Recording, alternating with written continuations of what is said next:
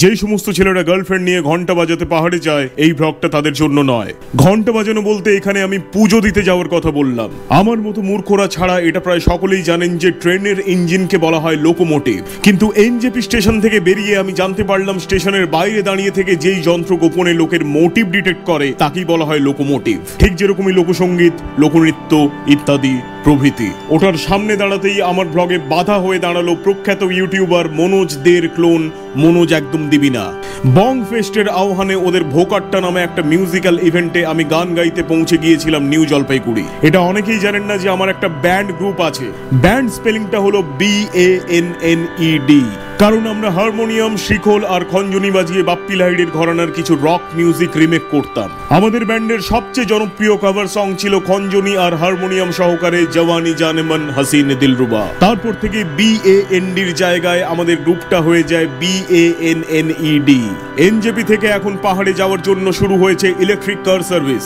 Lithium ion ব্যাটারিগুলো বাইরে থেকে রিচার্জ করিয়ে এনে তুলে দেওয়া হচ্ছিল অতিরিক্ত আশকারায় মাথায় উঠে যাওয়া ব্যাটারি অপারেটরসের হাতে। সত্যি মানুষকে একটু বসতে দিলে শালা মাথায় উঠে যায়। এনজেপিতে উইদাউট কপিরাইট আমার নামে গড়ে ওঠা একটি হোটেল ক্রস করে যখন সামনের দিকে এগোচ্ছিলাম তখন চোখে পড়লো সেই ট্রেন্ড। ওই যে কি একটা নতুন ট্রেন্ড হয়েছে না, স্যান্ডো গেঞ্জি পরে সাইকেল নিয়ে পাহাড়ে উঠে অ্যাডভেঞ্চারের, সেটাই।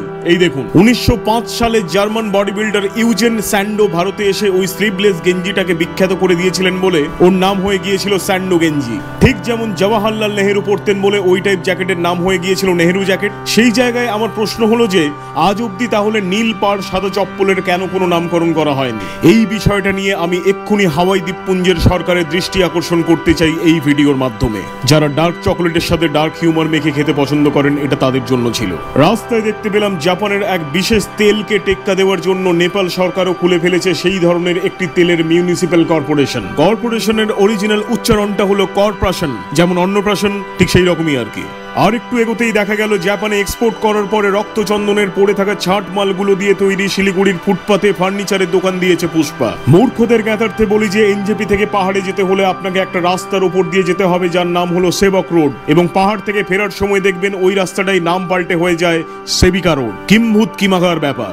আমাদের এখানে রাস্তায় সিগন্যালে যেমন থাকে জেব্রা ক্রসিং, সেবক রোডে জেব্রা ক্রসিং এর জায়গায় আপনি দেখতে পাবেন এলিফ্যান্ট ক্রসিং। তবে এই এলিফ্যান্ট ক্রসিং লেখাটা আমি যাচ্ছিলাম বলে আমাকে উদ্দেশ্য করে লেখা হয়েছে কিনা তা বুঝতে পারলাম না। ড্রাইভার আমায় জানালেন যে এই রাস্তায় নাকি রাতে মাঝে মধ্যে চিতা দেখা যায়।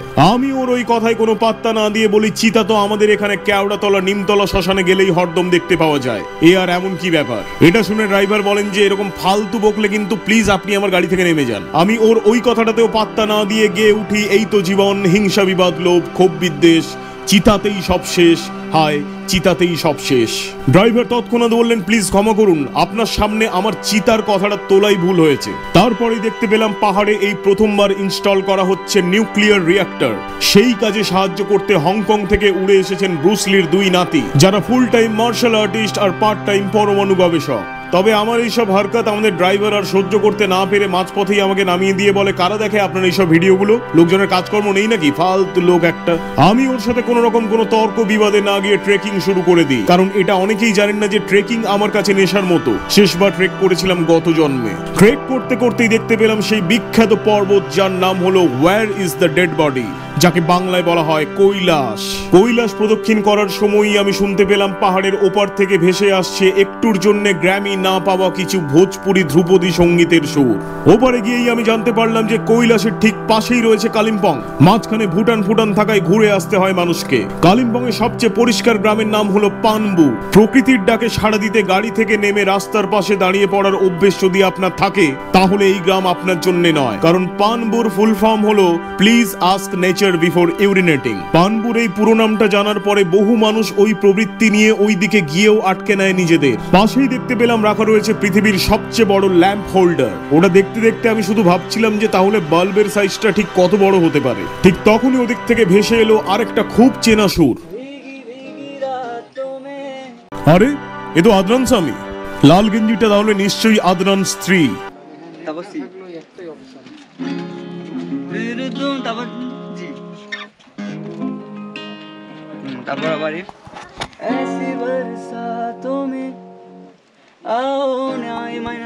দুজনের হাতে 2 টাকা করে দিতেই ওরা খুশি হয়ে আমাকে শোনালো মহিনের ঘোড়াগুলির সেই বিখ্যাত গান। যারা ভাবছেন পৃথিবীটা নাকি ছোট হতে হতে, সেই মূর্খদের উদ্দেশ্যে বলি ওটা ছাড়াও মহিনের ঘোড়াগুলির আরো অনেক গান রয়েছে, শুনুন।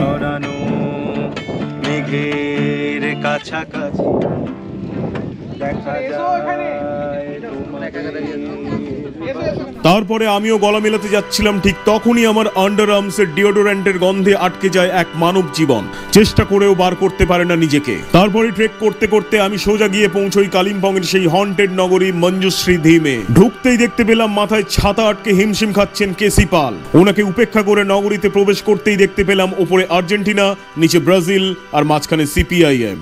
যাই হোক, রুমের চাবি নেওয়ার জন্য প্রায় 1 ঘন্টা লাইনে দাঁড়িয়েছিলাম রিসেপশনে। চাবিটা পেয়ে রুমে এসে দেখলাম যে রুম খোলাই আছে, অদ্ভুত সিস্টেম। ওখানে রুমের দরজাগুলোতেই পরিষ্কার লেখা ছিল কোন রুমে কতজন থাকতে পারবে। আমার রুমে যেমন লেখা ছিল 7, অর্থাৎ 7 জন থাকবে, যেন অর্জি হবে ওখানে। আমি আমার ব্লাড প্রেশারের অর্গানিক মেডিসিনটাকে সন্তর্পণে সাইড করে রেখে বারান্দায় গিয়ে ভিডিও কল করলাম আমার কিছু গরিব বন্ধু বান্ধবকে। ভিডিও কল করে বললাম যে দেখ ব্যাটার, আমি চাইলে হাত থেকে ফোনটা নিচেও ফেলে দিতে পারি, কিচ্ছু যায় আসে না আমার। ওদিক থেকে একজন বলল নিশ্চয়ই ফোনটা অন্য কারো। যাই হোক, তারপরে আমাকে দেওয়া হলো লাঞ্চ। লাঞ্চে শুধুমাত্র নন ভেজ আইটেমটা খেয়েই আমি বললাম বাকিটা তুলে নাও, কারণ আমি অলওয়েজ নন ভেজ। আমার অডিয়েন্সও নাকি তাই ওইসব ভেজ ফেজ চলবে না আমার কাছে ভাই। এটা অনেকেই জানেন না যে পাহাড়ে কিন্তু বেশিরভাগ লোকই বুদ্ধিজম ফলো করেন, এই মঞ্জুশ্রী ধিমেও তাই। এদেরকে কিছু জিজ্ঞেস করলেই অদ্ভুত অদ্ভুত জবাব পাবেন আপনি। যেমন রিসেপশনে গিয়ে একজনকে জিজ্ঞেস করলাম দাদা ওয়াইফাই এর পাসওয়ার্ডটা কি। উনি 10 সেকেন্ডের একটা পজ নিয়ে বললেন নিশ্চয়ই বলবো, তার আগে নিজেকে এবং নিজের ফোনটাকে পৃথিবীর সমস্ত অ্যাটাচমেন্ট থেকে ডিসকানেক্ট করে দিন। চোখ বন্ধ করে একটা বিন্দু কল্পনা করুন, দেখবেন মোক্ষের কাছাকাছি পৌঁছে গেছেন। মোক্ষ লাভটাই হলো জীবন থেকে মুক্তির একমাত্র পাসওয়ার্ড। আমি বললাম আরে ওয়াইফাই এর পাসওয়ার্ডটা বলুন, কি যাতা বকছেন আপনি।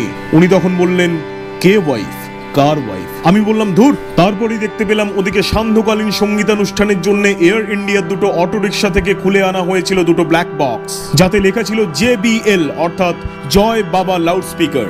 ওখানে সন্ধ্যেবেলায় নাকি হিপ হপ পারফর্ম করতে আসবেন অনুপ জালোটা। আমি জানি না ক্যামেরায় ঠিকঠাক আসছে কিনা, তবে দূরে ওই যে দেখতে পাচ্ছেন ওটা কিন্তু অ্যাকচুয়ালি ধাপার মাঠ, মানে যাকে বলা হয় কলকাতার কাঞ্চনজঙ্ঘা। ওয়েদার ক্লিয়ার ছিল বলে কালিম্পং থেকেই পরিষ্কার দেখা যাচ্ছিল সেদিন। রাত 5টা বাজতেই ওরা আমায় প্রোভাইড করে KFC, অর্থাৎ কালিম্পং এর ফালতু চিকেন, যেগুলো প্লেটের ওপর এমন সমীকরণে সাজানো ছিল যেন ধাপার মাঠের সর্বোচ্চ শৃঙ্গকে ট্রিবিউট জানানো হচ্ছিল। যাই হোক, সন্ধে নামতেই দেখলাম সিঙ্গার প্রীতম প্রচন্ড ঘুমে বন্ধ হয়ে আসা চোখ কোনো রকমে খুলে রেখে চেষ্টা করে যাচ্ছিল মানুষকে ইউকেলেলে শেখানো। তারপর অরিজিৎ সিং এর এক ফ্যান তার জুতো হারিয়ে যাওয়ার দুঃখে নাদান পারিন্দে গাইতে গাইতে চেঁচিয়ে ওঠে সামবাডি ফিক্স দিস। ওখানে মশার এত দাপট ছিল যে সিঙ্গার মশা তাড়ানোর জন্য তার পা দুটো কিছুতেই স্থির রাখতে পারছিলেন না। সেই অবস্থাতেই উনি একটা প্রশ্ন করে বসেন যে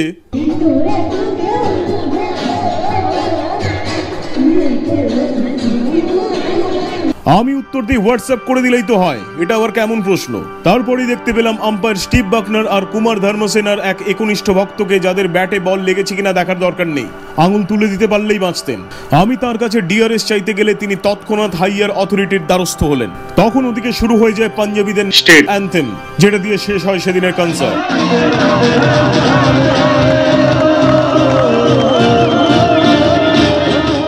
তবে অতিরিক্ত স্কচ খেয়ে নেওয়ায় হিপ হপ পারফরমেন্স দিতে মঞ্চে আসতে পারেননি অনুপ জালোটা।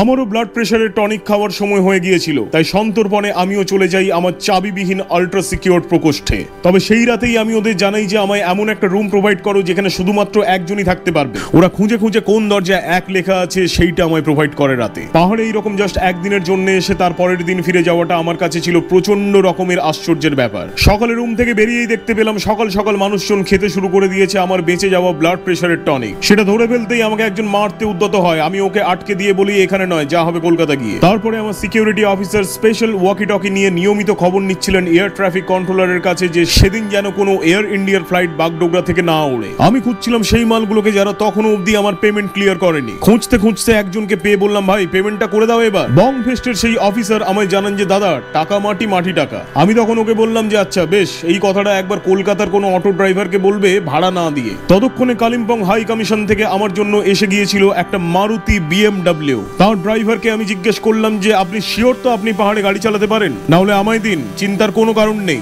উনি আমায় জিজ্ঞেস করলেন আপনি ড্রাইভিং জানেন? আমি ওনাকে অভয় দিয়ে বললাম অফকোর্স, ইউটিউবে একটা কোর্স করেছিলাম কিছুদিন আগে, আপনি যদি চালাতে না পারেন আমাকেই তো হালটা ধরতে হবে। উনি তখন বললেন এরকম ফালতু বকলে কিন্তু একটা লাথি মেরে দেবো এবারে আমি। ছোটবেলা থেকে জানতাম কথাটা হলো ফার্স্ট এইড, FIRST, কিন্তু মারুতি BMW তে ঢুকে জানতে পারলাম যে মাই হোল লাইফ ওয়াজ আ লাই।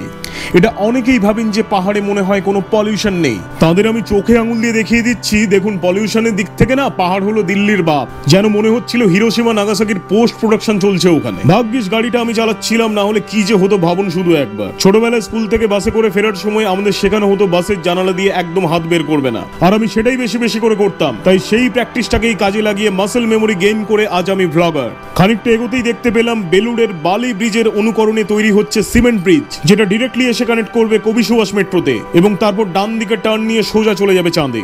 এককালে সাহিত্যিক অদ্বৈত মল্লবর্মণ লিখেছিলেন তিস্তা একটি নদীর নাম। পাশ থেকে একজন বলল তিতাস। আমি বললাম আমার বাংলায় বিপর্যয়ের দোষ আছে, এনি প্রবলেম? যাই হোক, আজকের দিনে দাঁড়িয়ে এটাকে দেখে উনি হয়তো লিখতেন তিস্তা একটি ড্রেনের নাম।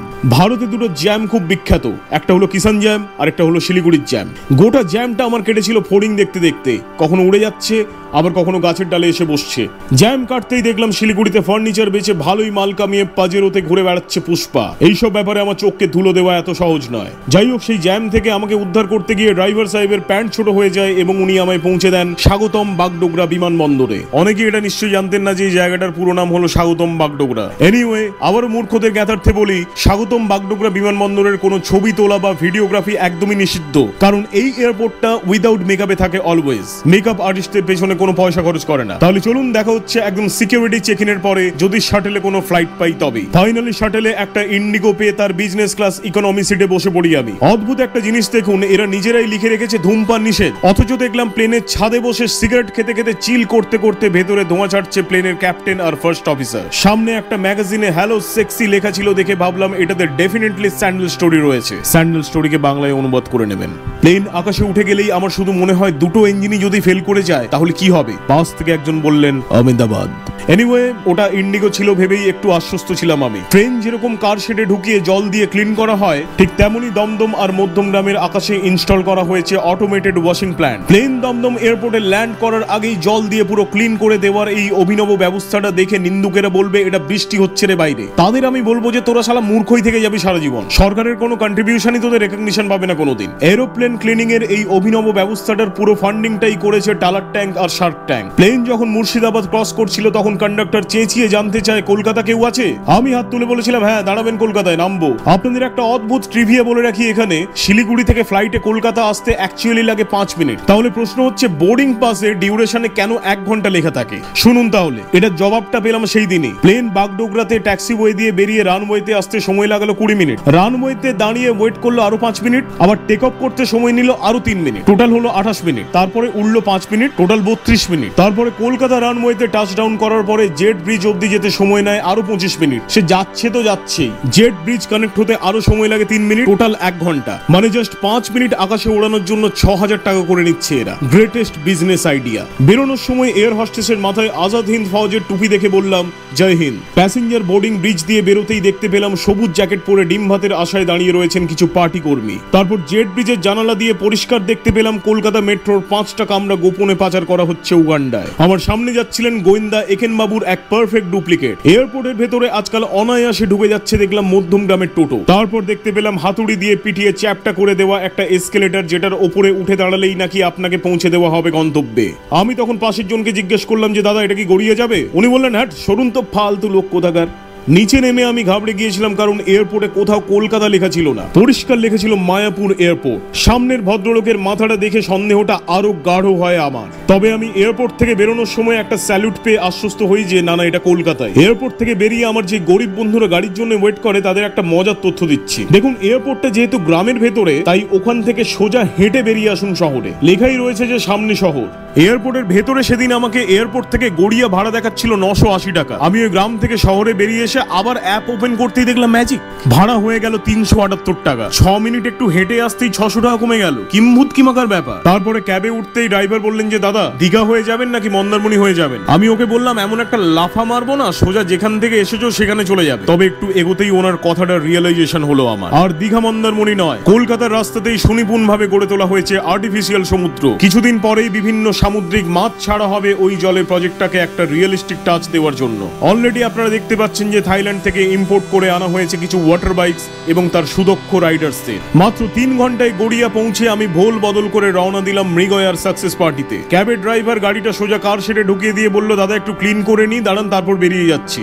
আমি ওকে বললাম যদি আমার থেকে বাঁচতে চাও তো এখনই ইমিডিয়েটলি বেরো এখান থেকে, আর পারা যাচ্ছে না। ও প্রাণ ভয় বেশি নয়, মাত্র 2.5 ঘন্টায় আমায় পৌঁছে দেয় গড়িয়া থেকে বিধাননগর। ঢুকে দেখলাম অলরেডি শুরু হয়ে গেছে পার্টিবাজি। পার্টিতে ঢুকতেই আমাকে পাকড়াও করেন প্রখ্যাত কবি শ্রীজাত। উনি গোপ দাড়ি কেটে এসেছিলেন বলে প্রথমে চিনতেই পারিনি। আমি ওনাকে বললাম আপনি যেমন উড়ন্ত সব জোকার বইটার জন্য আনন্দ পুরস্কার পেয়েছিলেন, আমিও ওই সেম ইয়ারেই উড়ন্ত সব ব্যাটম্যানের জন্য বিশ্বনাথন পুরস্কার পেয়েছিলাম। উনি তখন বললেন আরে আমি শ্রীজাত নই, অনির্বাণ। আমি তখন অবাক হয়ে গিয়ে বললাম মালিককে গিয়ে বল খোকা এসেছে। ততক্ষণে আমাদের পেছনে এসে উপস্থিত হয়েছিলেন প্রখ্যাত কুইজ মাস্টার ডেরেক ওব্রায়ান। তারপর উনি আর মানিকতলা থানার ওসি দেবাশিস দত্তর সাথে ছবি তুলতে গেলে দুজনেই ইগনোর করে দেন আমায়। কারণটা জানতে চাইতে উনি বললেন মাথায় চুল থাকলে আমরা আমাদের গ্রুপে অ্যালাউই করি না। একটু বাইরের দিকে তাকাতেই দেখতে পেলাম আকাশ থেকে মাটিতে নেমে এসেছে হ্যালির ধূমকেতু। ওদিকে director Christopher Mukherjee the dark night rises এর বাংলা রিমেক জাগছে কালো রাত করছেন শুনে দেবাশিস তা হুমকি দেন ওনাকে যেন পজিটিভলি বেনের চরিত্রটা ওনাকে অফার করা হয়। ওদিকে দেখতে পেলাম জাইগান্টিজম রোগে ভোগা একটা টেলিভিশনে ফুটে উঠেছে 10th ডাইমেনশন এন্টারটেইনমেন্টের নেক্সট সিনেমা মহানগরের রূপকথার পোস্টার। যেই পোস্টারটা অ্যাকচুয়ালি আমারই আঁকা জল রঙে। না এটা কোনো মজা নয়, সিরিয়াসলি। এতক্ষণ ধরে আপনাদের এন্টারটেইন করলাম এই কারণেই যে লাস্টে নিজের প্রমোশনটা এইভাবে করব বলে। তাই যারা এতক্ষণ ভিডিওটা দেখে সময় নষ্ট করলেন তারা immediately like comment follow subscribe করে যে যার নিজের কাজে লেগে পড়ুন। আবার নেক্সট ব্লগ যেদিন দেবো সেদিন স্ক্রিন ওপেন করবেন। আর যারা ইউটিউবে আমায় সাবস্ক্রাইব করলেন তারা দয়া করে একটা করে ঘন্টা বাজিয়ে দিন এখনই। আরে না নিজেদের নয়, নোটিফিকেশনে। অদ্ভুত লোকজন মাইরে হাট।